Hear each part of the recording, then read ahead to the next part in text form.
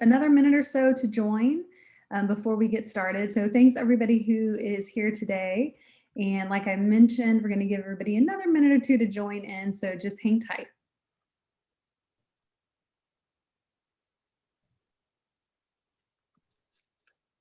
AJ's here. Good to see you, AJ. Anthony, Emily. Hi, Emily. I hope you're doing well this summer. We have James, Keegan. Hey, Keegan. Hey, Kia. Lauren Andrus, Lisa, Morgan, Nancy, Rachel. Good to see you. Renee, Shinji. Hey, Shinji. We can't wait to see you in the fall. Shinji's one of our new students. Tara's here. Hey, Tara. Lexi just joined. Chanel just joined. John Carr. Hey, John.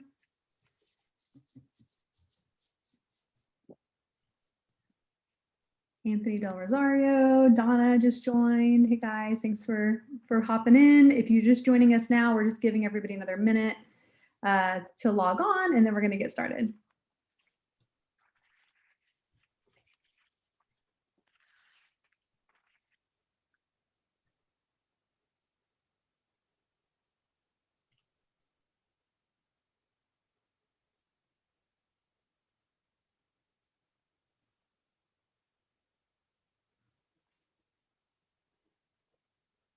I feel like we should have background music.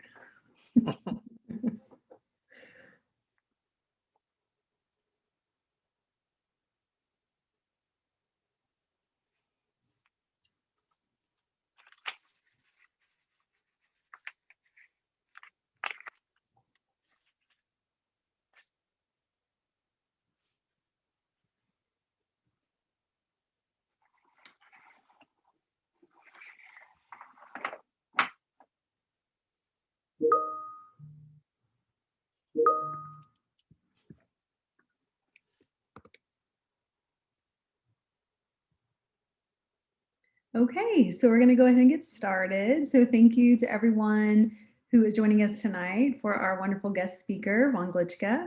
I'm Amanda Garcia. I'm the program director for the media and design programs here at Tulane SOPA. We are so happy that all of you are joining us to take time out of your afternoon. This is set up as a webinar, so you are likely not able to see one another or other participants, but we can see the chat box. So throughout the presentation, if you have any questions or comments, if you want to go ahead and put that in the chat box, you can also click on the raise hand icon, and I can monitor that in the participant list as well. And we can ask those questions at an appropriate time or a good pause. And I'm going to turn it over to Professor Corey Guerra, who is going to introduce Von. Corey? Hello, everyone. So as many of you probably already know, Von Glitschka, he's the creative director of Glitschka Studios, which is a boutique design firm located in the Pacific Northwest. Without sounding too much like a geek, he's a personal hero of mine as far as illustration is concerned. And I've learned volumes from his online tutorials through LinkedIn Learning. I've also assigned his videos in the past. And I've most recently enjoyed his Modern Culture series, which is focused on designing icons that he then turns into tiles or patterns. And I've been watching that through the LinkedIn platform as well. And so it is with my great personal satisfaction that I can introduce Von Glitschka. And Von, the floor is yours. Well, I'm going to go ahead and share my screen. I need permission. It's saying host disabled. You should be able to do it now, I think. Okay.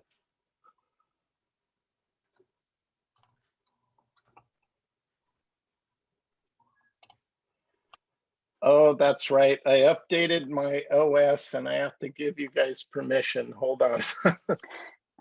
Of course, I didn't even think of this. It's okay. No worries. Okay.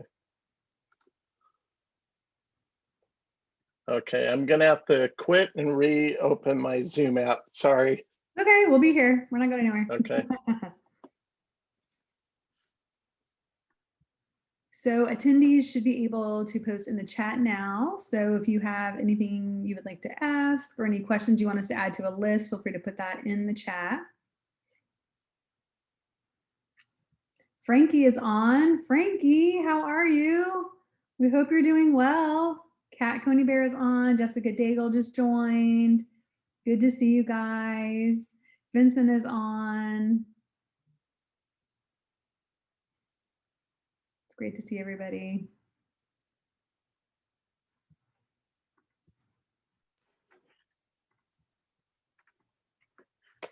Okay.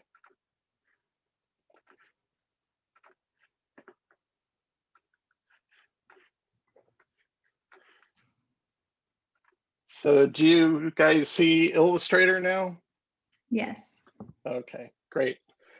So I have a lot of information I'm going to be taking you through today. Even though the title says the 14 essential tools, I kind of am using the term tools pretty loosely. A lot of the things I'm going to show you are more properly phrased as functionality, but in essence, everything that I've created, and I want you to keep this in mind as I'm showing you various things. Everything I've created over the last 18 years or so using Adobe Illustrator. I used freehand 15 years prior to that. So I've used Illustrator more now, but everything I've created, everything you can see on my website or I post on my social accounts was all created using the fundamental methods I'm going to walk through here today. Illustrator can be overwhelming because this is actually a version or so dated now. There's actually, I think, a couple more tools, so 88 tools. The reason why I bring this up is you don't need to know 88 tools. I don't know all the tools in Illustrator, and there's certain tools that I completely avoid altogether. And so you just need to know what you need to know to do what you want to do. And that's how I want you to kind of think about Illustrator. Don't get overwhelmed by all the features. Just focus on the ones that are going to enable you to do the type of design and creative work you want to do. That's more important. And so the very first tool I want to go over has nothing to do with Illustrator. It has to do with drawing. So I'm a big proponent of drawing in the context of creativity, in the context of design. Doesn't matter if you ever want to become an illustrator. That's not the point of drawing. Drawing is going to help you work out ideas. It improves your cognition skills to work out ideas and to think up concepts. And we're not talking full-blown fine art here. We're talking as simple as a thumbnail drawing like this. Anybody could do this drawing. Here's another thumbnail drawing. And thumbnail, that term comes from the very fact that it's small. Think thumbnail size, like your thumbnail. And so that's what I want you to think of when I talk about drawing. Now, the more you draw, the better you're going to get. So you could develop an Illustrator skill set as well that's going to kind of expand your possibility for design because, for example, illustrative design is a thing. Saul Bass was an illustrative designer. If you think of some of the more classic, well-known logos and identities out there, you have Target, that's more geometric. Anybody could design a logo like that. And then you have logos like Starbucks. That takes a little more illustrative skill to pull it off, but all of you could do that. It's just a matter of sticking with drawing and continuing to draw. Now, I prefer to draw analog, so on paper and pencil. My daughter, who works with me, she does all of her drawing digitally on her iPad. And before we kick this off today, she actually came in with her iPad and I was kind of making notes on it for little tweaks for some sketches she's doing on a branding project we're working on. So drawing's going to be a skill you can use for your lifetime. So I just wanted to touch on that. So the first thing we're going to talk about in terms of digital tools is the pen tool. If there's one tool most people associate with vector art, it's the pen tool. So let's go ahead and select that. And the pen tool is how you build in Illustrator. And that's another thing. Illustrator really isn't a drawing program, it's a building program. So you want to think in shapes in general. That'll not only improve your vector building, that'll actually help you draw as well. Think in shapes, deduce complexity down to simple forms. There's a great free tutorials online called How to Think When You Draw. If you Google that, you'll find their blog. Some of the best teaching content for drawing, in my opinion, online. And it's all free. Every now and then they do Kickstarters, and you can buy a book with everything in it. Really great. Now, when you approach any concept, if you notice, this is just that rough drawing I created, and we're just using it as a guide to build from. And that's how drawing can facilitate your vector building. Think in shapes as you draw. Think, okay, what do I need to create here? In this case, an iconic simplified image of a raven, and I've drawn it out, and I'm going to use that to guide my vector building. Now, this is what I call free-form building, in that you're going to use the pin tool to create the profile of the shape you need. Not everything needs to be done like that. Most of the time, you'll be doing shape building and free-form building together.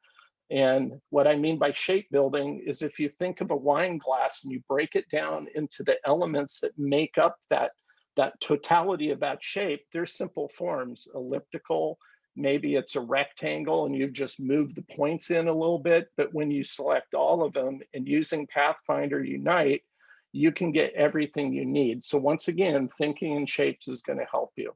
And so that's how I created the wine glass. On a design like this, I would take the pin tool, and wherever your design comes to a point, those are easy to discern. It's all about placement of anchor points, but the corners, wherever it comes to a point, gets a point. So I don't worry about the curves initially. I'll just go ahead and build something like that. I'll go to the anchor point tool, which is, I usually have this point pulled out, and I forgot to do that. Now I'm now I'm trying to find the anchor point tool. By the way, I don't have my screen set up the way I do every day, so my muscle memory is zero help to me right now. So let me try to remember where. There it is, the anchor point tool. Usually I have this pulled out, so let's go ahead and do that. This is the anchor point tool. This allows you natively just to grab a path and you can shape it. You don't have to worry about the handles or the Bezier curves. It just automatically does it. So that's how I build that shape. Now, I wanted to show you that because I'm going to show you some plugins that make building easier, but I just want you to always remember you can do it natively without any plugins. It just might take a little bit longer. So if we select these and just delete them, go back to what we had, here's a really cool plugin called Subscribe by Astute Graphics, and they have this Arch by Points tool. And if you just click here and click here, and then you can bend it and you can keep going. And not only do you place your anchor points the exact same way, you can also create the curves really easily with one tool. I didn't even know they had this, and I'd been using it for about 5 years. And then I bothered to go, well, I wonder what all these other tools, because I just use this first one. And then I tried this, and I'm like, are you kidding me? That's like way easier than doing it manually. So there's that method as well. But we're going to go back to the pin tool. The hardest part of vector building when you're creating freeform shapes is knowing where to place the anchor points. Wherever it comes to a point, those are easy, gets a point. But it's when you're working on something like this and you need to discern, okay, where do I place the next anchor point? Could I place it here? You could, but you really don't need to. This is a shallow curve, so you want to kind of span as much distance as you need. Place an anchor, just pull, click and pull just to reveal those Beziers. We'll go down here and close this out. Then we go back to that anchor point tool, and you can grab this, pull it out. It gives you access to this handle. So we'll pull that out here, go over here, manipulate this one. Notice how it wigs this out. This is why I don't really use the anchor point tool. I actually use a plugin instead, because it tends to kind of get a little wonky.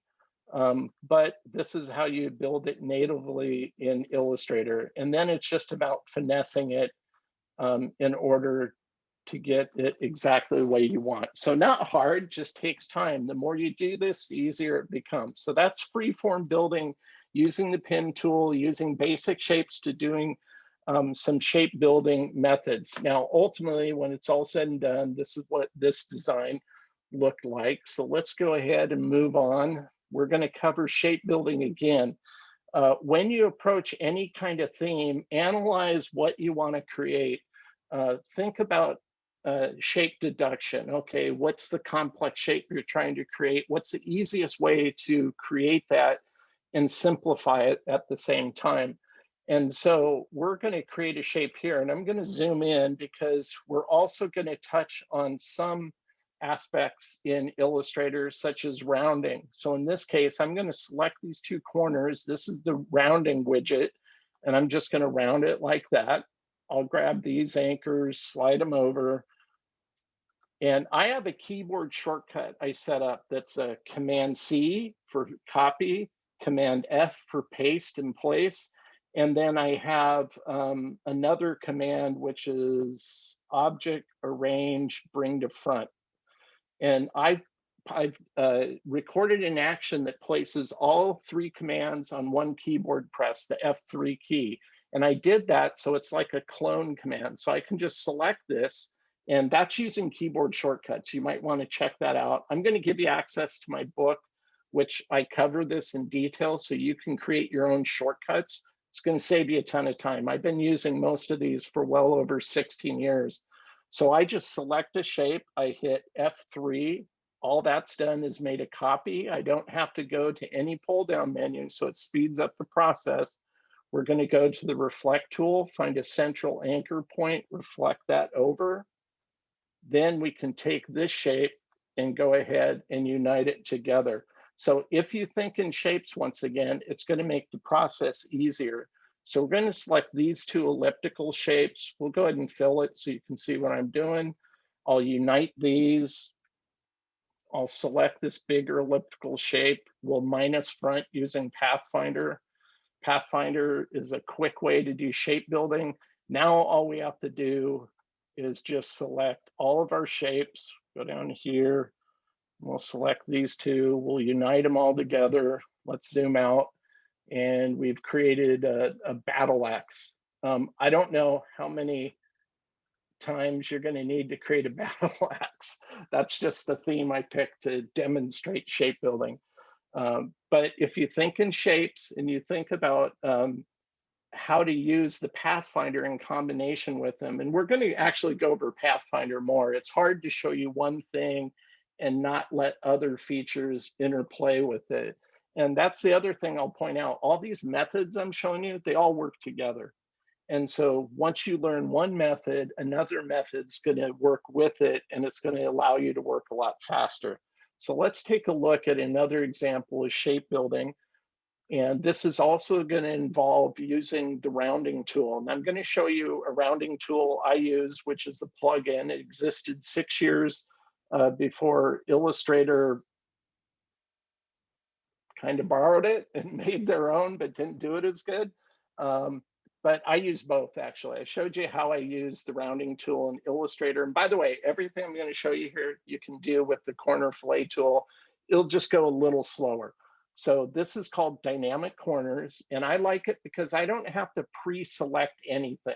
I can just select this tool, hover over any shape. It knows this here on this shape. This is a corner. And I'm just going to go ahead and, oops, go like that. And well, that's interesting. My plugin's not working. Oh, well, I'll just use the native tool. So you don't get to see the plugin, but it is pretty cool. The only thing on this, you have to select your anchor point if you only want to isolate one and do it. And that tends to take a little more time, but in this case, we'll do that. And I'm going to go ahead and select this, and I'm going to clone it. Command C, Command F. I have that keyboard shortcut. And this is where I'll use one shape to edit another shape. So I might bring this down here and minus front to get that. Take these two shapes, fuse them together. I'll go back, I'll select this corner. I'll round that like this. And then let's see, I might take this and we'll go ahead and select this corner and I'll round it. And this is where it gets a little difficult because with the plugin I usually use, I don't know why that's not working. That's kind of weird. But I will round one and then I can just touch another corner and it'll apply the exact same round. That's why it speeds it up. In this case, it won't do that since I'm not using a plugin, but we'll go ahead and round these like that. I'll take all these shapes now, kind of fuse it together, take this, drag it out. I might select this one on the corner here, round that out. Maybe we make this a little beefier like that. And sometimes here's something, I think we made this a little too pointed. So there's times where I'll go back in and on a shape like this, I'll go add an anchor point like right here, select these two. And just with the nudge tool, I'll go a little beyond just so it's a shallower shape where it's coming to a point. And once I have this, I'll go ahead and unite it. Then I can select this little artifact and just delete it. So you can probably see what I'm creating here, just using simple shapes. We'll give them an eye. So it's an eagle, you know, maybe a little shorter on the beak. But that's how you can think when you approach shape building. And it just makes the whole process go faster. Here's the final design on that one. Shape building works great with Pathfinder. The Pathfinder palette is right here. You can see there's 4 functions on top. These are pretty much the only ones I use. All the ones on the bottom, I just encourage you to experiment, set shapes up and click them and see what they do. You might find a use for them. I rarely ever use the bottom row. It's the top 4, and usually only 3 of those 4 I use pretty much every day. This last one over here, I don't use so much, exclude. But it works easy. You create all the shapes needed as shown here in this graphic tree. We just hit unite. It fuses everything together, kind of like that. Or if we go to the next one, we can take all these shapes. And if I go ahead and just color them with all the fill of brown, get rid of the stroke, I'm going to zoom in so you can see this better. You can use what's called the shape building tool here. And what you have to do is you have to run it through all the shapes, kind of like this. And you can see it just takes a little longer than just using the shape building tool like that, but it does this. Oops, I forgot one like that. And it does the same thing. I don't find the shape building tool ideal for this. I think the old Pathfinder palette is still faster, but I'm going to show you a style where the shape building tool is ideal for here in just a second. Let's go over the other two. Here's the same graphic on top of a circle. And so if you go minus front, just think of this as a cookie cutter. It just punches through the bottom shape. Easy way to make icons, logos. These are the functionalities you'll want to use. Intersect is just that. Wherever 2 shapes overlap, it creates a new shape. So in this case, I need to clone a shape first. Command C, Command F. I have that F3 key set up. So I'll select that, select the tree shape, go intersect. And all this does is it creates the new shape based off of the overlap of the 2 shapes you used. So these are the 3 functions I use most when I'm using Pathfinder. is these top 4, mostly the top 3 from left to right. This one, not so much. Let's go ahead and go over the shape building tool, because this is one of the newer features in Illustrator. It's only been out, I think, a couple of years, but it really does work great for certain type of building. Now, if I wanted to create a black and white kind of positive negative design of this owl, think of it as you need to have all your ingredients. Like, let's say you're baking a cake. Well, you need all the ingredients in order to bake a cake. Well, in order to create an owl, I have to have all of my shapes created, ready to go. And I created independent shapes here, but we're going to do something that's a little unintuitive. We're going to go ahead and just color all of these purple with no outline. And we'll zoom in because it'll be easier for you to see like this. We'll go to the shape building tool.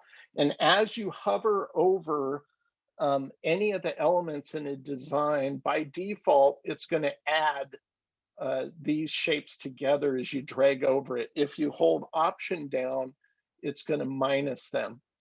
And so if we go like this and we just start dragging over, you can see it's adding each shape we drag over together. So we'll go down here, add the body, and we'll go in, add the eyes like this, hold Option down, and we're going to minus out these. And they kind of changed it because you can forget now if you're on minus or positive, because there's no indicator on the cursor. Before, by default, it would have a plus sign. And then if you push Option down, there'd be a negative sign. And they kind of removed those indications, which I think makes it less intuitive. So just know Option is how you minus. You don't have to hold anything down to add to shape. So we're going to hold Option down and minus out the beak, minus out the feathers. Then we'll go back and add the bottom part of his torso, hold Option down again, minus these out, drag over to add the tail. We'll add the wings, and then Option and minus out these. So it works really great for this type of styling or creating using the shape building tool. If you tried to do this with the Pathfinder palette, it'd take way longer and get frustrating because you'd have to make one copy of one shape to edit another shape, but then you'd need that same shape to do another edit. So it gets really convoluted. But with the shape building tool, it goes pretty fast. So let's go back to that drawing we did.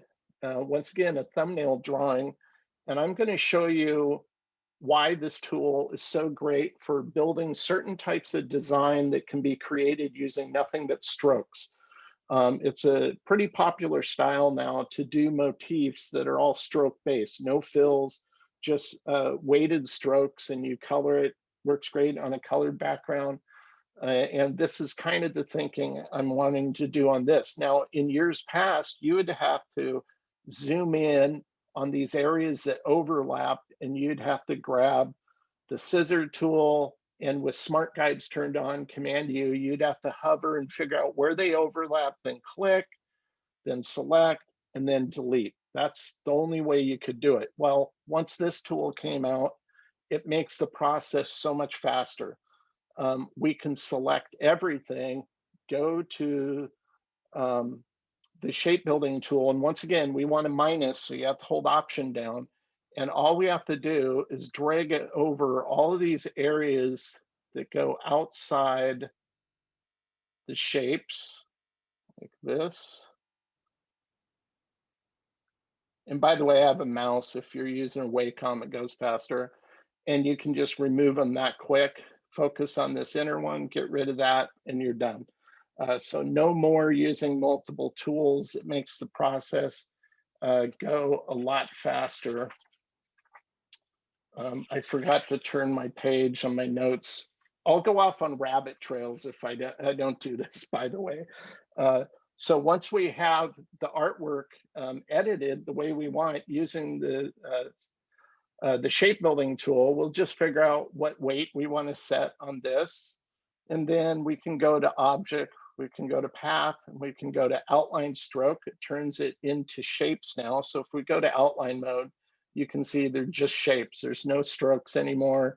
And then we'll just simply go unite with Pathfinder again, and it creates one unified shape. So everything that is the interior shapes, those are just see-through. So if we take this shape, move this on top, you can see it's just showing through.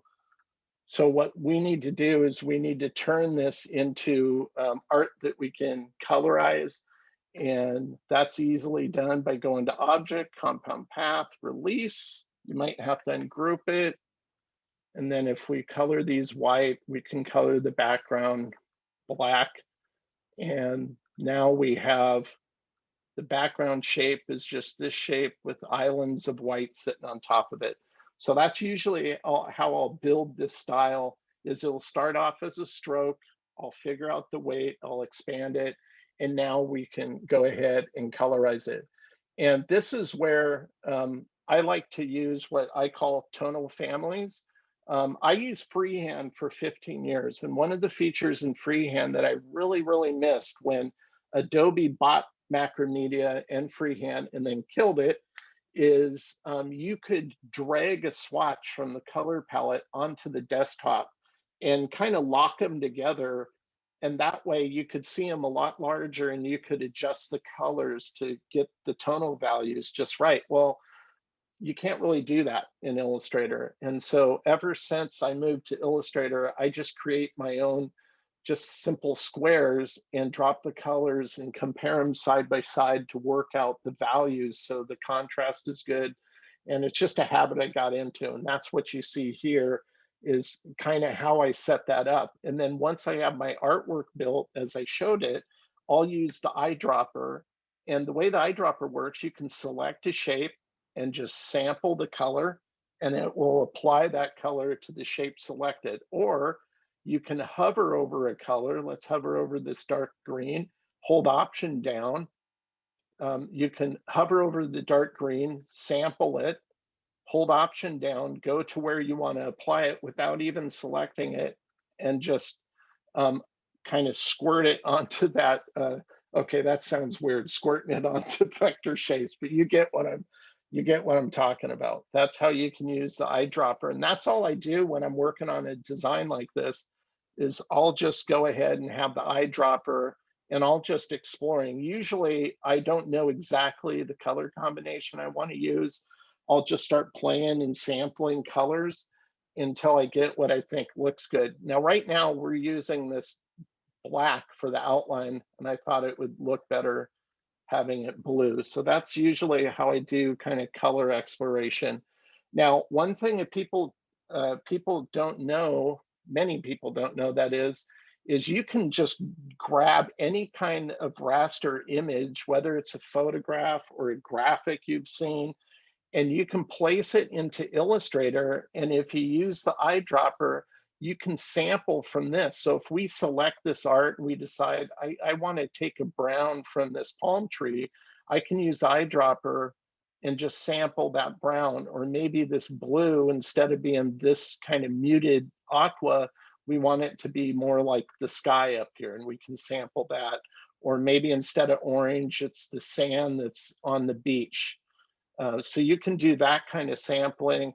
You know, you could even take some of the green out of the palm tree and change those values as well. Maybe we do a darker green. Okay, that looks horrible. Let's do a darker green like that. So there's a lot of ways you can use the eyedropper, not just vector shapes. It'll work on raster shapes. Now, I've always known it works on raster shape or raster images, that is. And there's a new feature that is only available in 2021 and above. So if you use it using 2019, which is usually what I show, but since they added this feature, I wanted to go over it because it really is one of the better features they've added to Illustrator, and it's called the recolor tool. So let's go ahead and show that. So right here, we have a nice piece of artwork that's just a pattern showing these plants, and I already have it all colored. But what you can do is select your art And we're gonna, well, the Zoom interface is kind of covering it a little, but this right here is called the recolor artwork. So I'm gonna click on that after selecting my art, and it brings up this control panel. It's showing me all the colors in the selected art right here. And there's a lot of things you can do with this. It's totally exploratory. It's Adobe Sensei technology, taking references from your colors and then allowing you to just globally change everything to explore. And so I'm just going to walk you through things. I encourage you to take a graphic that has color in it. Maybe it's a design you've done already, and play with this because it's endless possibilities. I'm just going to show you a few things. So if we go to the color library, we could go down to color properties, and maybe we go down and we think, I want these colors softer than what they are. And I'm going to click on that. Well, it will soften all those colors, but I don't like how it changed all these colors to like this gray. So I can go down here, select that gray color and diminish it, and that improves it. But look at how nice the color gets. It's more organic now. It kind of looks earth tones, if you will. And then maybe you want it a little more saturated. And that's what this adjustment down here, if you go to the right, it's going to saturate those colors more. Or if you want to mute them, you can go back down to the left. So that's how you can adjust the value. If you decide, well, it has too many colors. Right now, it's just taking all of my colors and just changing the values on them. I want this to be a limited color design. Maybe I only want it 5 colors. Well, you can do that here, and then it will show you those 5 distinct colors. Maybe this one you think is too prominent. You can move it over and adjust the values like that to turn the background a different color. Or you can go here on the green and move that over to add more of the green. So there's a lot of things you can do. Maybe you don't want it so saturated, or you want it to be far more saturated. So there's a lot of things you can play with. Now, this is where the eyedropper comes in for this new tool. It kind of gives it magical abilities. Now, if you don't like all these explorations, you can just hit reset to go back to your original art. Should point that out. But notice I have these photographs in here, and this is the fun part. I can select the eyedropper and just sample this photo, and it's going to take the colors it analyzes in this photo and just shove them into the artwork. And so that's what this one turns into. Now, once again, you can go back and play with the values down here if you want to. And you can even go to the colors and you go, well, I only want 3 colors in this. And look at how easy it is to get a simplified palette by just sampling a photograph. I mean, you'd spend hours just kind of playing with this to find something. So it's a really good way to explore. It's random, so you can't really control it. After you decide maybe you like this, then you can go ahead and commit to it, and then it'll lock the colors in. You can fine tune them from there. But let's do a few more explorations. And once again, you can just keep it as is, sample another photograph here using the color theme picker. So we'll sample this garden shot, and it's going to kind of turn into monochromatic. So we can go back here and we can go all, and we can sample this again. You can see it's really green. So I'd probably go down here and I'd play with this just to diminish some of those green values like that. Maybe none of that black, actually, kind of like this. And then you can either mute it or you can go brighter. So it's all about exploration. There's no right or wrong. This is just seeing what you can get. And you can drop any photograph in here. I just picked these. Let's go ahead and try this other one. And okay, that looks bad. So we're going to reset. We're going to sample with the color picker this mosaic. And that looks pretty good. I don't really like this dark gray. So we're going to get rid of that. And the black, we'll diminish that as well. And wow, that looks pretty cool. And maybe we go a little muted. We could even go back, maybe we only wanted 4 colors. And it's just a fun feature to play with. We'll do one more and then we'll move on. I'm kind of having too much fun with this. Let's do a tie-dye, get crazy. And it didn't actually, if you look at what it changed it to and what the original was, it did make a change, but it's not super dramatic. But once again, you can play with other aspects of adjusting it. Even on these, you can go in here and just explore by rotating these to get all kinds of color changes. And once you get something close, then you can adjust the value and start playing with it. So a lot of possibilities. There is no one way to use this. The best way to kind of get used to using it is just to try it and explore it and see what you come up with. So really fun feature, one of the better ones that they've done. One more thing about the eyedropper a lot of people don't know is you can sample type styles. So these are all live types. So if I go ahead and sample this, and I go over here and I paste it, it's going to sample that type style and apply it over here. It doesn't always, if I have this selected, let's undo that. If I have this selected and I sample this type, it will apply the color, but you can only do it that way, not option click it.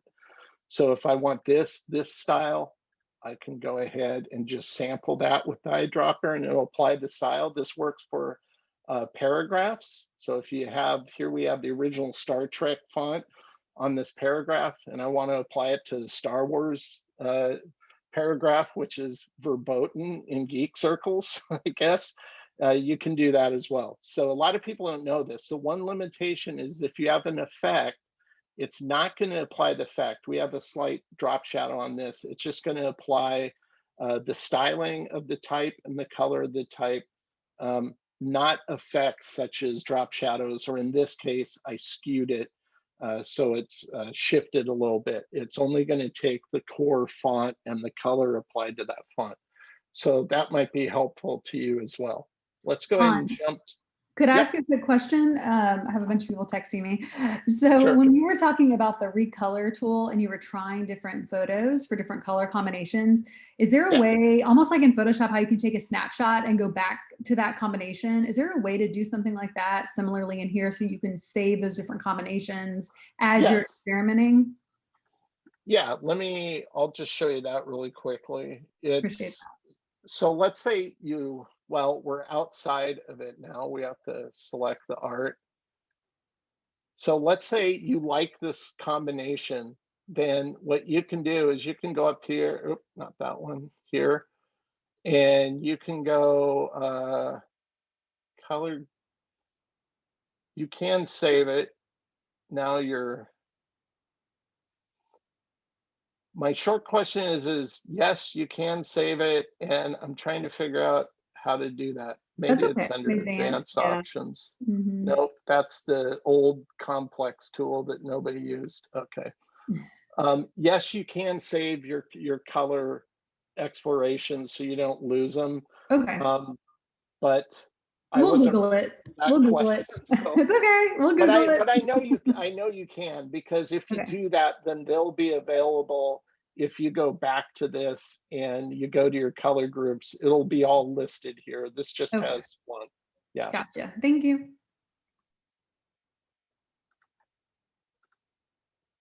Okay, let's see. Okay, so the next thing I want to show you is obviously layers. If you're in the habit of building everything on one layer, you need to stop. You need to stop doing that, and you need to start using layers to organize your files. Now, if something is simple, you don't need a lot of layers. But notice I don't have the triangle next to each layer to drill down to sublayers. I view sublayers is kind of like one of those horror movies where there's a serial killer in the basement and somebody decides, hey, I'm going to go down to the basement. You're yelling at the TV going, no, don't go down to the basement. You don't need to go to the scary basement, which in my opinion is sublayers. So just organize your layers on primary layers and you never have to deal with sublayers. It makes life a whole lot easier. Now, if you go to your layers palette, go to option menu, we're going to go down to panel options. And this is all you need to check on. So if I check this and click OK, notice I get sublayers. And this is what sublayers are. You just, only an engineer likes sublayers. You don't need it. Just organize your primary layers. So I always go to the panel options and I turn this on to hide those because it's overkill. One single anchor point could be a sublayer, and you just don't need it. Just organize your primary and you never have to go there. So actually, I'm using Illustrator now as almost like a presentation tool, which there was a conference I spoke at, and I was doing this at the conference, and one of the guys sitting in my session was a presentation specialist, like with PowerPoint. And he was really offended that I was using Illustrator as a presentation tool. And then by the end, he came up and he said, I hated that you started doing this, and now I kind of like it. And so that was, you can use Illustrator however you want. I use it as a staging ground at times to do compositions that are collage, even though it's not vector, it's just easier. So use it how you want to use it, not how Adobe tells you you should use it. So the next thing I want to talk about is isolation mode. If you're familiar with Flash and how Flash works, you could have grouped items. So if I select this, you can see this type here. If I double click into it, it goes into isolation mode. If you look in the top left, they brought this feature over from Illustrator into, or from Flash into Illustrator. So it works the same way. And the reason why this is good is because when I work on designs like this was exploration for a cowboy museum in Oklahoma. I'll take elements like this in the banner and I'll group it together just so it moves as one unit. And then if I ever need to make edits, I'll double click into isolation mode. I might even go further into isolation mode if I need to focus on something, adjust it, that type of thing. And then the reason why I always group elements and use isolation mode is because at times I'll create an illustrative kind of mark like this, and all of these are separate pieces just in place on top of one another. And I don't want to give it to a client like this because, you know, maybe they'll select everything and then they'll move it and not notice it, and then something doesn't look quite right because they don't know how it should look because they didn't create it. So it's always a good habit to group things together like this. So when it's all said and done, you have that. If you ever need to go into it, just double click into isolation mode, and then you can go in and make adjustments. It's just a good creative habit to get into. So isolation mode is a nice feature. The next functionality tool I want to go over is the appearance panel. So layers are just good for, in general, organizing your content as you're creating it. The appearance panel is kind of like layers with magical abilities. So it is really cool what you can do with it. So here's a design we did for a high school. And what I want to do is I want to add multiple attributes to one object in Illustrator. So here I have this Viking, and it right now the color is blue, but I want to add an outline to it. If we go to the appearance panel, you can see it has the blue fill and the stroke here. We can go ahead and add a color to that stroke. I'll go down here and let's see, I believe this is the color we want. I'll add a stroke. Now what I'm able to do is I'm able to slide this down and put it underneath the fill on this shape. And now on the stroke itself, I want this stroke to be 6 points like that. And then if I go to the strokes palette, I always turn on round, just so when it gets to a sharp point, like on the back part of his hair, it kind of rounds it around like that. Now we're going to add a few more attributes to it. The next one is I want to add in another stroke. So the shape will have one fill, 2 strokes on it. We'll go here to the option menu on the appearance palette, and we'll go add new stroke. It's going to default to the setting we had before, which is okay for right now. We're just going to change the color to white. You're not going to see anything because it's the same stroke color. So we're going to go ahead and increase this to, let's try 12, like that. Okay, that's not enough. Let's try, oops, not 118, 18, like that. That looks pretty good. So we're putting a white around it. Now, the next thing we're going to do is we're going to add an effect. So not only can you add multiple attributes to an object that are vector-based like strokes, you could have two fills if you had a pattern you wanted to put in this for whatever reason. But in this case, we're going to go to effects here. We're going to go to stylize, and we're going to go to drop shadow. And that's a little too dark. Let's go ahead and just go 45. See what that looks like. That's fine. We'll click OK. And we have all those attributes shown here. Now, this is where the fun part begins. So let's say you're developing all your brand assets for a client, and this is part of the styling you've established. You can take this now, drag it into your graphic styles, and just let go. That way you can go to another design. Once again, this is group, so this is where multiple methods come into play. Double click into isolation mode, select the blue outline on just the isolated head graphic and apply this graphic style, and you get the same styling applied to another element. And it's a really good way to retain continuity if you're putting together a set of art, for example. If you're doing iconography, it's great. Here's an icon set here. This was for an insurance company. And I put a drop shadow on here because it was always appearing on the branded color background. But I can select all these other icons. I have a style set up and just apply them. And it's just a quick way to work. So if there's certain things you do all the time, maybe you present things in a certain way and you always put a vignette around them or something like that. Those are good candidates to create a style that's part of your new document profile. So every time you open up Illustrator, it's already there in the graphic styles palette. You can use it whenever you need it. When it comes to graphic styles, I use them for, if you look at my graphic styles palette here, let's go and bring it out here.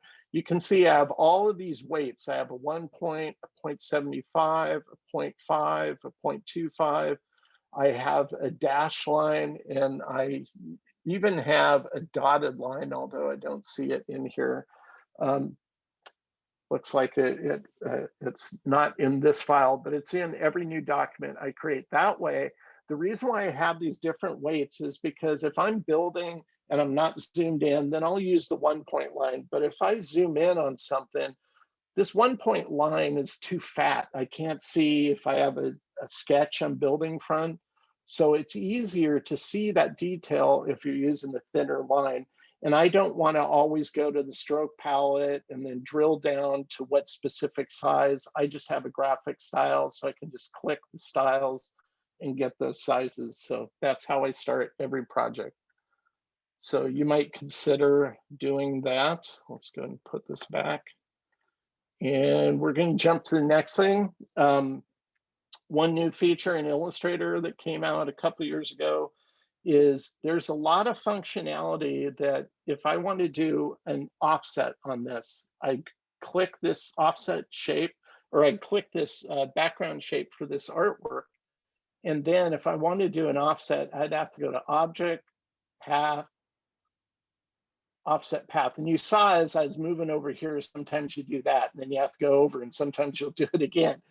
So this is how you get to offset path. Then it opens up, and then you can set this forever you want. Well, they know a lot of people have to go to pull down menus, and that can take time. So they've come up with a properties panel that's kind of like, if there's a shortcut, it's going to list it. And on here, it's at the bottom, it's called quick actions. So with this selected, it does give me the ability to offset. So if I click this, it'll just immediately open it. So you might want to have the properties panel open just to make access a little faster. In this case, we're going to go ahead and offset once again. You'd think I'd have all these memorized by now, but I don't. We're going to do this offset 7. We're going to turn it to white, because usually on a sports graphic style like this, they have a nice white outline, so it works on a dark background. So that's how I use offset. And by the way, some of you might not know this, but Affinity for the longest time didn't have offset capability. They're just starting to work on it now. I don't know, last time I checked, it still wasn't quite working that great. I'm going to make a copy of this because this is another reason why I use offset is, yes, a full color graphic is great, but I always like to provide a simplified format. So I'm just going to show you how I create one of those really quick. I just take all the detail that's unneeded, such as the shading is showing here. These white shapes are just sitting on top, so we don't need those. And then all these other shapes remaining, the eyes, the nose, the teeth, the tongue, the inside here, we'll just go ahead and unite them with Pathfinder like that. Now notice on the appearance panel, let's bring this out here because you need to be aware of this when you use the Pathfinder. I selected those shapes and I united them. It turns it by default into a group.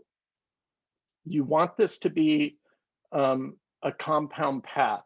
And the way you make one is you go to Object, Compound, and Make. And the reason why I say that is because it'll cause problems if you don't. And this is the one thing in Illustrator more than anything else that confuses people.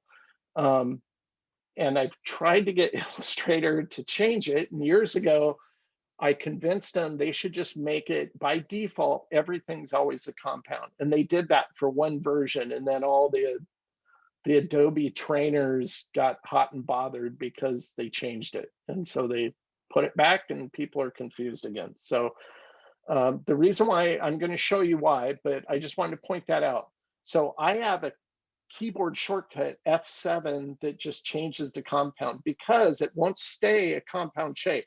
So if I take this, we're going to take this blue shape. Let's just color it a crazy color like this orange. This is just sitting in between these white shapes. I'm going to take the one on top, take the orange, and I'm going to minus front, cookie cutter through it. So now it's just this. But notice when I did that, it reverts back to a group.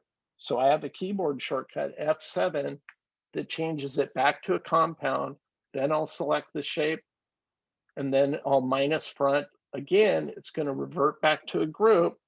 So I always change it back to a compound. Now, why do I do that? Well, I set up a simple little demonstration, but by the way, this is how I go. I take full color artwork and create a simplified one that can work in one color. Works great for t-shirts, by the way. So let's turn this on and I'm going to come over here. I'm going to take this design and just get rid of it. Okay. So I have, if you think of a compound shape, the easiest shape to associate that with is with the donut. The inside shape is just see-through. So again, if we just colored a shape like this and we move this to the front, you can see through it. That's a compound shape. The donut shape is a compound shape. If we select this, this is a group. This isn't a compound shape. It could be a compound shape if I turn it into one, but right now it's a group. And here's the problem. Let's say we decide we're going to take a bite out of this donut. And so I'm going to create a circle that represents that bite we're going to take out of it, like this. We'll just create another one because I'm going to do it again. And we go like this, and we minus front to take a bite. It remains a compound path. So that's great. Well, let's say we want to take a bite of, I don't know what these are down here. Let's say they're Dippin' Dots. I don't know if you know what those are. We're going to select these and keep in mind, this is a group and I'm going to take a bite out of this. That's what you're going to run into at times. And it's pretty obvious when you do that, that I think I'm missing something now. This is an obvious one. But what I ran into when I moved from freehand to Illustrator is I'd be zoomed in on something, making an edit like that, and I couldn't see the rest of my design. And then I zoomed out after 10 minutes of working, and part of my design just disappeared. I'm going, what's going on? Well, That's what's going on.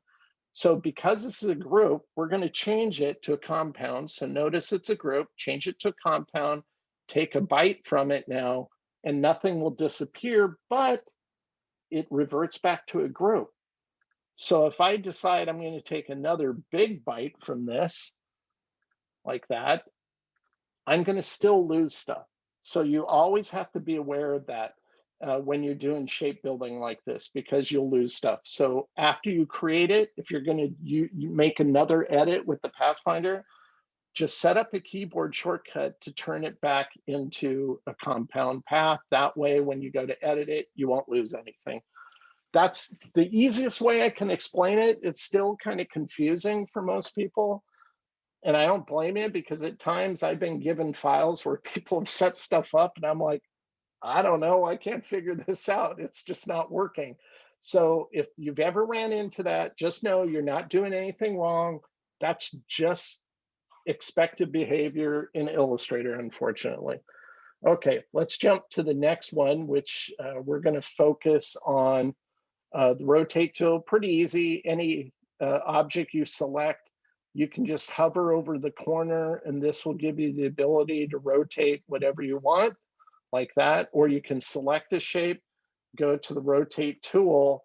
It'll bring up a target, which is the orientation. And let's say you want to rotate it around this anchor, you can click there and it'll rotate wherever you place that. So maybe you turn it into a sad face guy. So rotation is pretty simple to control. Now, in context of building, it's always easier to build something at 90 degrees.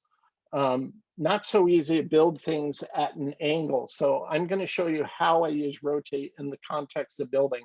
So I have this design going, and I want to add kind of scallop shapes going along this purple line here, but it's a whole lot easier to build my artwork in 90 degrees, is shown here like this. Select the rectangle and go intersect.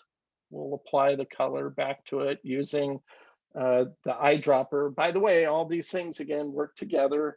And then once we have this, I can go ahead and I'll bring it over closer. We'll zoom in so you can see what I'm doing. And I'll hover over this anchor point. And this is where you want to have smart guides turned on. Command U to toggle it on and off. And once you're over the anchor point, it will tell you. We'll drag it, we'll snap it to the anchor point there. Then I'll go to the rotate tool. I'll click my orientation on this anchor, grab this edge and drag it over until it snaps right on the edge there.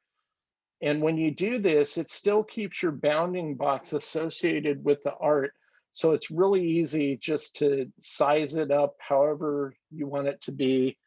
And that's how I'll use the rotate tool in context of building, just to make it easier. It's always easier to build at 90 degrees, and then you can rotate it into place if needed.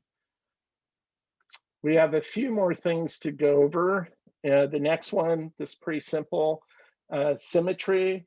If you build things one side and it's a symmetric design, then it's really easy to use the reflect tool to find a central anchor point, click, and just flip it over, select both, unite them. And then if we go to our graphics palette, maybe it's a flame color like this. Oops, look, there we go, like that. So symmetry is a great way to do half the work and still get the full benefit. Anything that can be symmetric, it goes a lot faster. Now, I always like when I'm working on design, I know it's going to have some symmetry in it. I try to make something in it asymmetric, because having that odd man out makes it less generated by digitally, I guess. It looks more custom. In this case, the wing, no reason to build that wing again. I'm just going to take a throwaway shape, and this is a shape I create for no other reason than to edit another shape.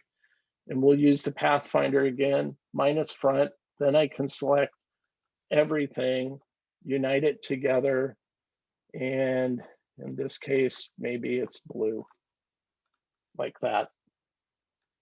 So they just, by the way, I'm in 2021 right now, and they just changed guides where before it would stay like this all the time. Now it kind of diminishes, and that's still throwing me off. I'm still not, I'm on the fence whether I like that or not, but that's how symmetry, I'll use it in that context. Now, a lot of people ask me about patterns, so I'm going to show you a quick and easy way to think about patterns. All you have to remember is 90 degrees is the tile, whether it's a square or rectangle. It can be a long horizontal rectangle or a tall one, doesn't matter. Just think 90 degrees.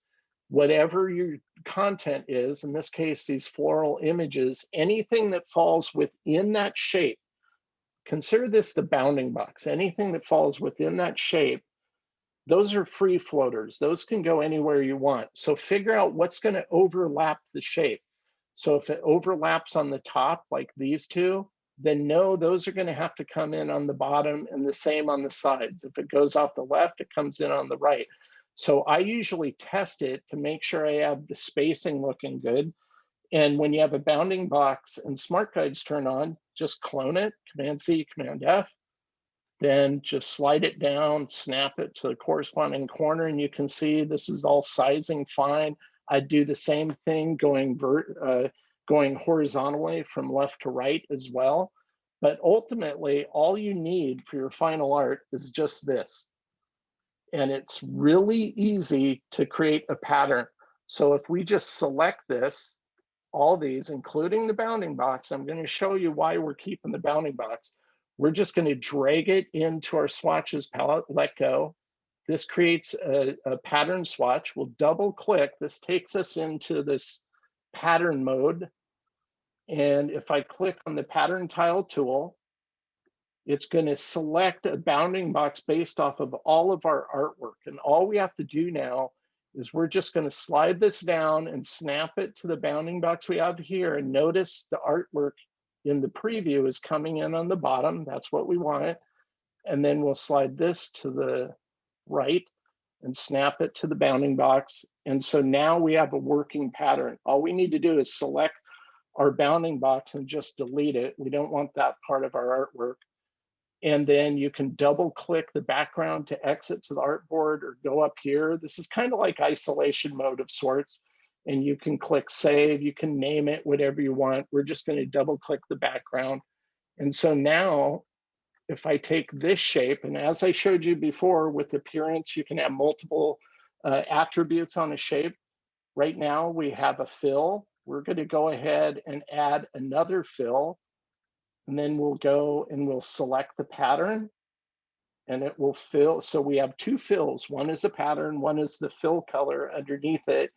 And this is how you can create your own pattern and apply it to any of these. Now, the other thing, once again, all these things work together. So let's say you want to save this so you can use it later, just drag it into your graphic styles. That way, if you create any other kind of shape, you know, it's going to fill, you can fill it with that graphic style. So it's an easy way to create a pattern. I've been doing a lot of artwork that looks like this, and the patterns are super easy to create. These are all based off a square proportion. So what I usually do is I'll start with art like this. I might size it down initially like this. I'll take the outline that's shown here in black. I'll just create the outline to guide the spacing in between all the elements. Here, I'll go ahead and offset it. We showed you how to do offset. We're going to go -5. So it's halfway between the edge of the art and this edge, which will be the gap between everything. I'll select this. I'm going to go ahead and clone it, Command C, Command F.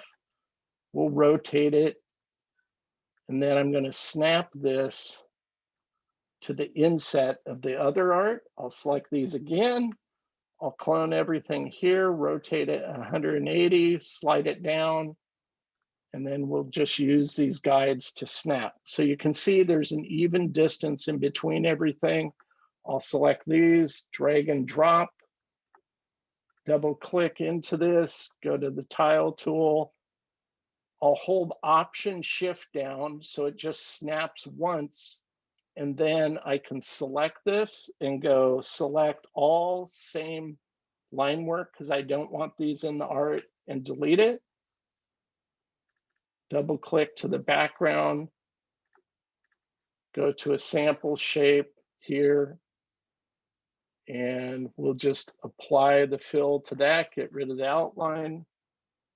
The way you adjust your pattern within a shape, just go to the scale tool, click on transform object so it doesn't change the shape, it just changes the pattern fill. And then you can adjust this however you want. Let's say 65%, see what that looks like. You can also rotate it the same way. Just go to rotate, make sure you have transform objects turned off. You know, put it whatever angle you want it, click OK. To control it, if you want the background to be dark, and that's what we want, we're going to add another fill to this shape. And on this fill, we'll just make it black. And that's how easy it is to do a pretty cool pattern. And once again, you can make anything into a pattern. So best way to explore it. Now, let's say you're using this within a design and you don't like that, like this artwork is this close to the edge on this eye or whatever your pattern is. Well, how do you nudge it over a little bit? And this is the part that's a little unintuitive. You just select it. You just need to make sure you're on the pattern layer in the appearance panel.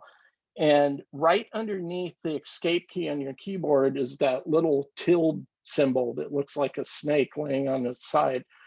If you hold that down and then drag this, it's going to move that artwork fill only, not move the whole shape. It's going to look like you're moving this shape, but you can see if I do this, it doesn't move the shape, it just moves the fill.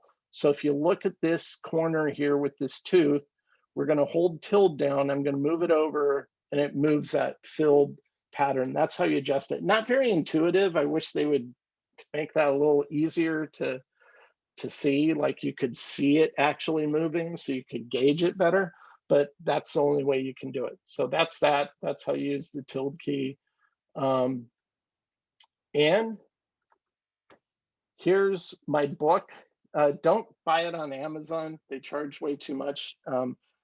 This gives you 50% off, and you guys get 7 hours of video, 4 gigabytes of source files that you can open up and deconstruct to see exactly how they are constructed. So I hope you guys found this useful. And if you have any questions, let's go ahead and kind of go through those and see if we can figure out the answers for them. Thank you so much. If you guys want to type in the panel or just say, I want to speak, Corey and I can allow you to, allow your audio to work. So either way, it may be easier to just ask a question with audio.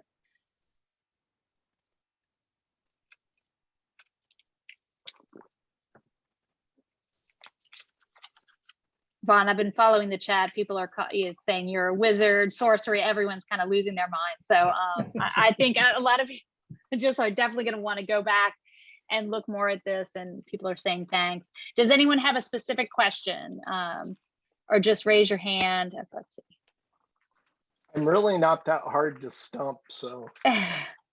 Key is saying, I'm too amazed by the sorcery to ask a question. I think maybe Keegan. Oh, never mind. Never mind. Lisa is asking, how does he get his hand drawings transferred into Illustrator? You know what? I almost added a slide to this presentation because, well, I'm still sharing my screen. So pardon my messy desktop. Oh, that's right. I had to change the resolution, so it looks really bad now. Let me see if I can find my folder. I can't. It's like when you change the resolution, it moves everything around. So I can't. So I'm going to stop because that'll drive you guys crazy seeing my desktop like that.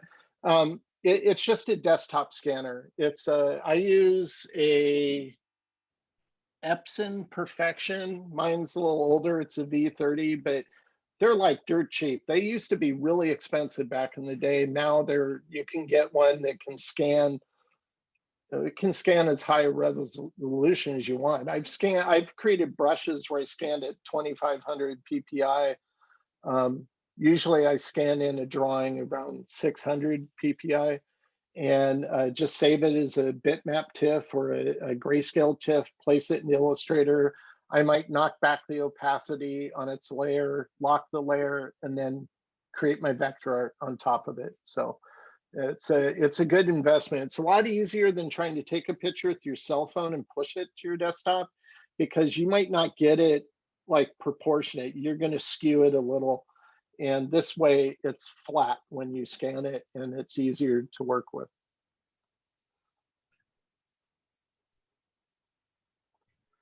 Thank you, Lisa. I allowed you to talk if you have any other questions about that. I was trying to find the unmute button. Thank you. I appreciate the answer. No problem.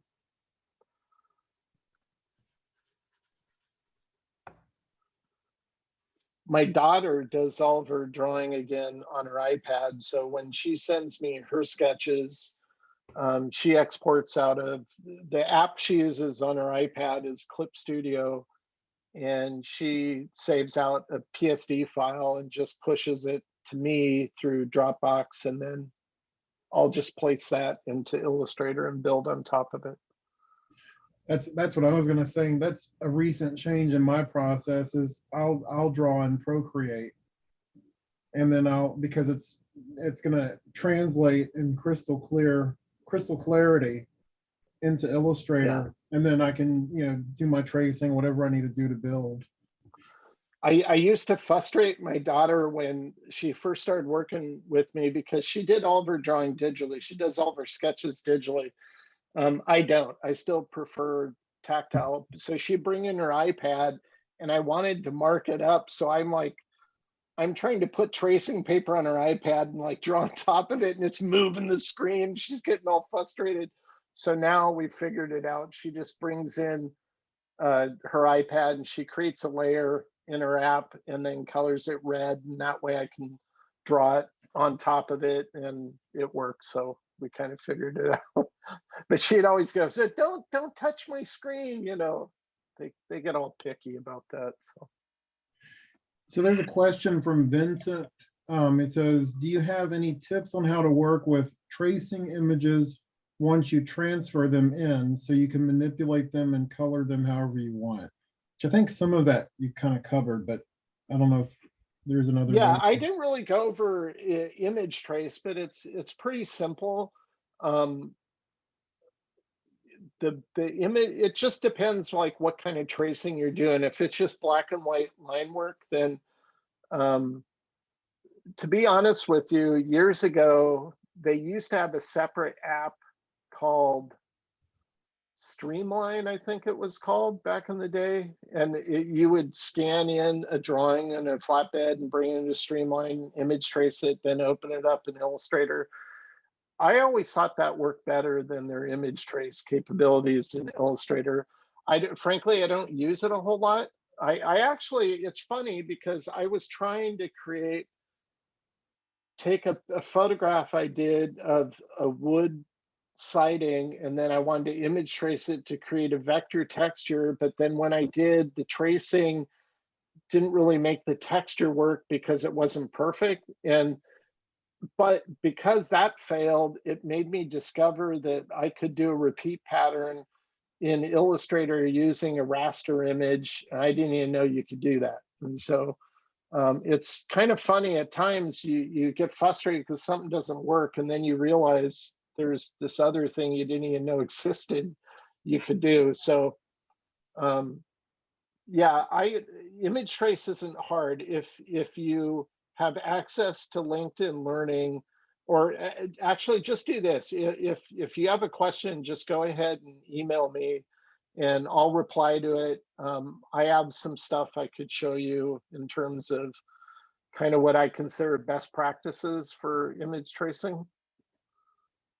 And the students do all have access to LinkedIn Learning. So if you know, Okay. Well, yeah, if then you they- ever like can think of one of your videos offhand, we assign them, and so yeah. let me see just, what you know. the title is.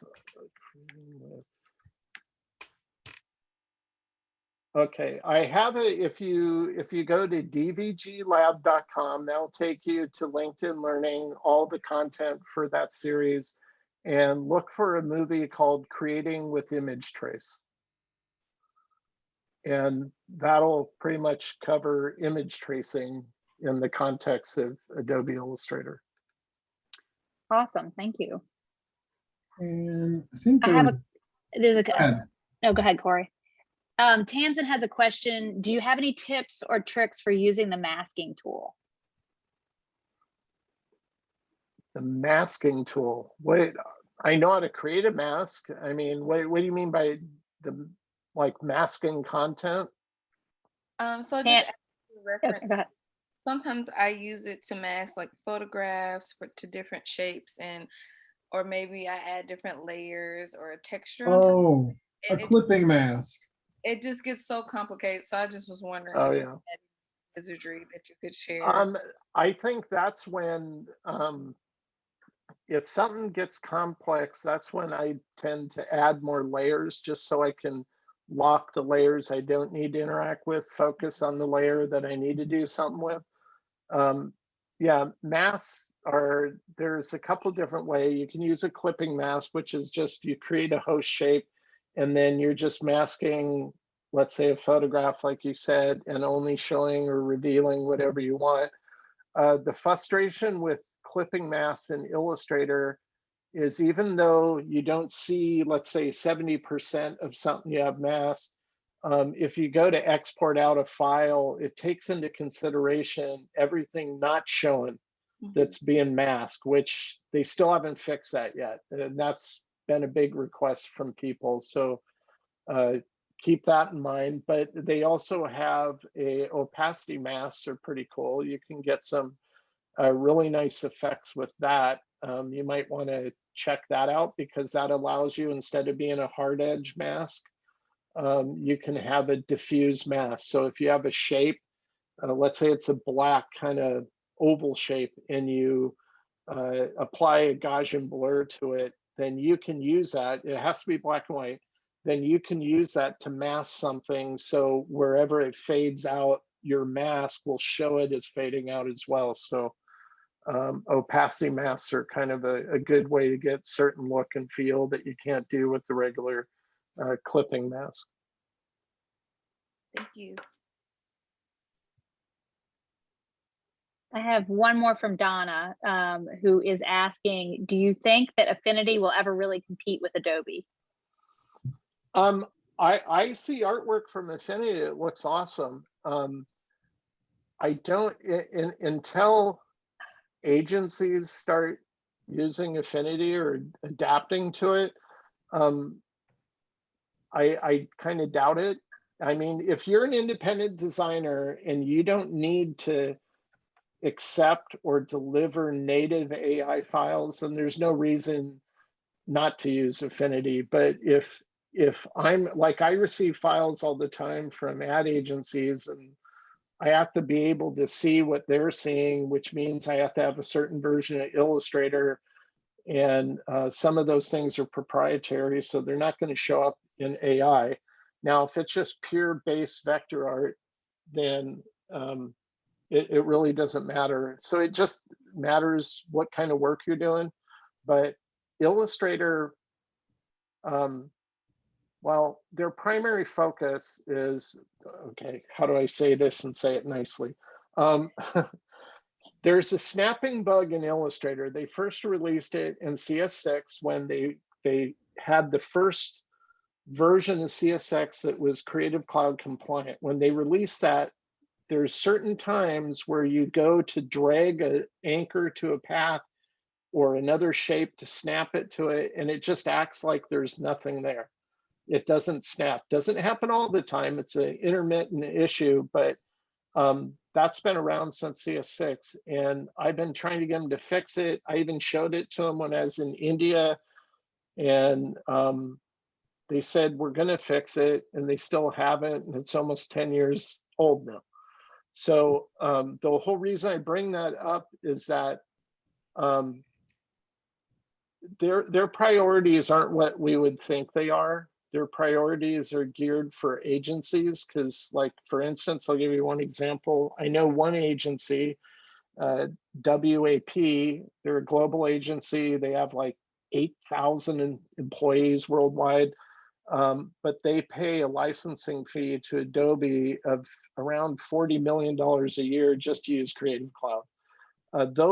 That's who Adobe is developing AI for, not an individual user, unfortunately. Even though I would think they would get frustrated with some of the bugs themselves. Yeah, it's a little frustrating. I actually offered them when I went to India. I told them I would shut down my business and work with them for 4 years just to fix all the things, but they didn't take me up on it. So.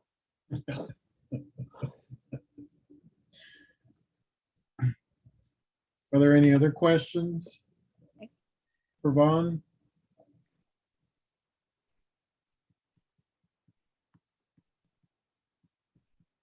I'm not. Are you seeing anything, Rebecca? No, I'm not seeing any more. But everyone is lots and lots of thank yous, how much everyone has learned. Everybody wants to make a Von Glitschka groupie shirt, t-shirt. Yeah. That's some of the comments. Excuse me.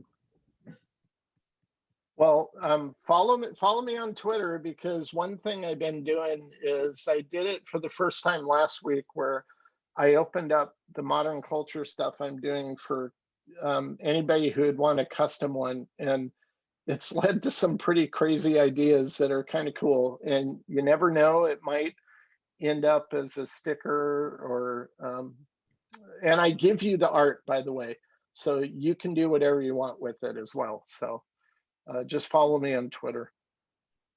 Awesome. Awesome. Well, Thank you so much. Yeah, thank you very much. This was really awesome, very informative. I know that former Illustrator students, including myself, appreciate it. Future Illustrator students are going to appreciate it, because we have some that are taking Illustrator next summer session that are here tonight. So I'm really stoked about this. And we will share the link for sure with everyone of your book. And I can't wait to see that. Yeah. So All right. I guess is this where we say goodbye? Or I think so. but I guess this is This is new to me too. Does anyone last chance for questions? Otherwise, we'll just give a big thank you to Vaughn. Anyone else? Yeah. One thing I'll say right off is PayPal is not automated, so I see that a few people have gotten the book, so I'll send that out within the next couple hours, and you'll get everything. Thank you very much. Yep. Great. Yeah, we appreciate your generosity and we appreciate your time. Yes, So, thank you very much. okay. Well, if I right. ever get down that way again, you guys have the best shrimp and grits. You can't get that up here. I could Yes, recommend please if come visit us. Yes. Yeah, come visit us. We can see you in person. Yep. Definitely. Well, thank you again. And I hope you guys, once again, if anybody has any question that pops into your head a couple of days from now, just shoot me an email. I'm pretty good about responding to them. All right. Well, thank you so much, Vaughn. Okay. Great. Take care.